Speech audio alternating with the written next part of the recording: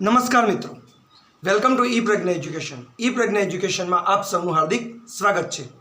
आज આપણે અંગ્રેજીમાં પાર્ટ 2 સિંગ્યુલર એન્ડ પ્લુરલ જોઈશું। આગળ આપણે સિંગ્યુલર પ્લુરલમાં નિયમ પ્રમાણે અને કેટલાક ઇરેગ્યુલર શબ્દો પણ જોયા હતા, પરંતુ હજુ પણ સિંગ્યુલર અને પ્લુરલમાં થોડુંક બાકી છે। તો ચાલો આપણે જોઈએ। Let's start. आप जानो છો તે પ્રમાણે સિંગ્યુલર એટલે એક વચન અને પ્લુરલ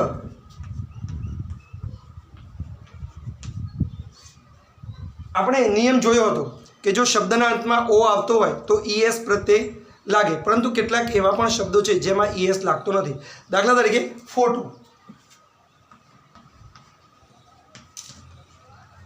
તો ફોટોનું પ્લુરલ થશે ફોટોઝ। તેવી જ રીતે પિયાનો, તો પિયાનોનું પ્લુરલ થશે પિયાનોઝ। આમ માત્ર એસ લગાડવાથી પ્લુરલ થાય છે। હવે આપણે જે જોવાના છીએ તે સર્વનામ માટે આ બીજો વિડીયો બનાવ્યો છે। જેમ કે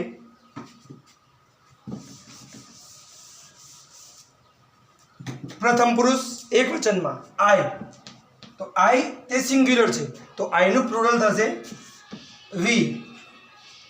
आई एटले हूँ, वी एटले अमे। तेवी ज रीते यू नु प्लुरल यूज थाय छे।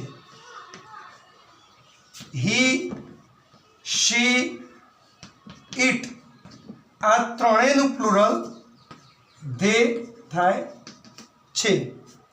हवे तेवी रीते आगळ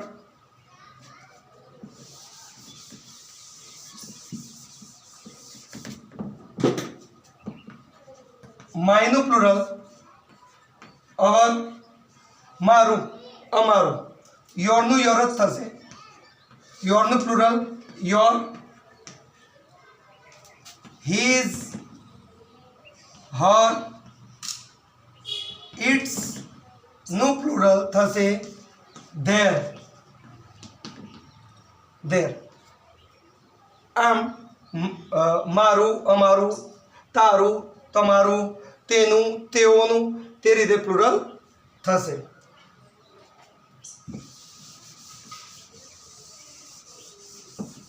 तेवी ज रीते मी नु प्लुरल थशे अस। यू नु कर्म तरीके यूज थशे। हिम, हर, इट कर्म तरीके आ त्रीजो पुरुष एक वचन नु प्लुरल थशे देम, THEM, देम। हवे आगळ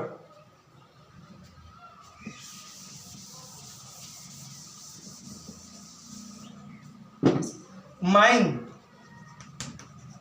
माइन नु प्लुरल थशे अवर्स। योर्स नु प्लुरल योर्स।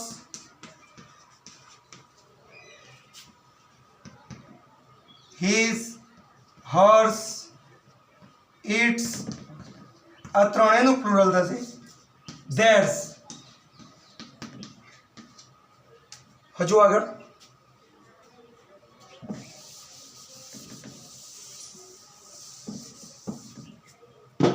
myself, myself नु प्लुरल थशे our selves।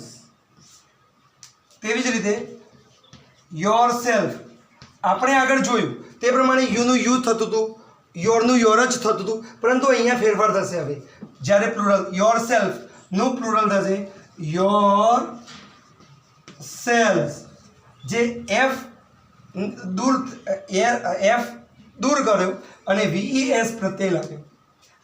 હવે આગળ હિમસેલ્ફ, હરસેલ્ફ,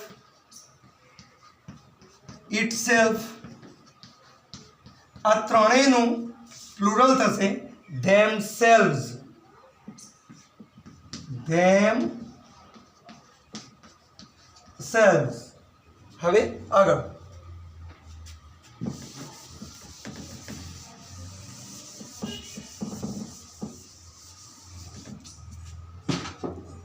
ધીસ આ ધીઝ.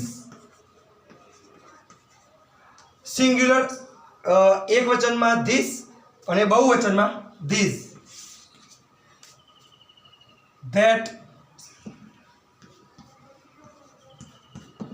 નું બહુવચન ધોઝ, પ્લુરલ થશે ધોઝ.